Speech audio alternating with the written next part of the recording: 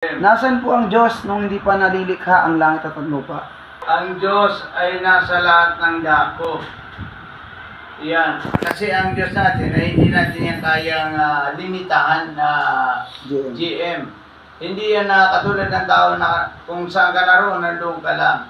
Yan may makikita natin sa Jeremiah chapter 23, verse 23. Jeremiah chapter 23, JM, tingnan mo kung nasaan ang Diyos, sabi mo.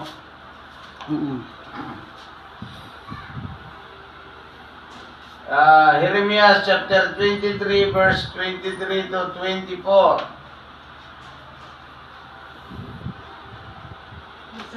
Basa. Jeremiah chapter 23, verse 23. Ako ay Diyos na nasa lahat ng dako, at hindi niya nanatili sa isang lugar lamang. Wala makakatagpo, makakapagtago sa akin. Makikita ko siya kahit saan siya pumunta, sapagkat ako'y nasa lahat ng lugar, sa langit at sa lupa. Okay. JM, nakita mo na? Ang ibig sabihin, hindi mo kayang limitahan ng Diyos. Ang Diyos ay nasa lahat ng dako, nasa langit at nasa lupa, at alam ang iniisip mo. Maliwanag, GM, baka mamaya hindi mo maliwanag sa iyo dapat.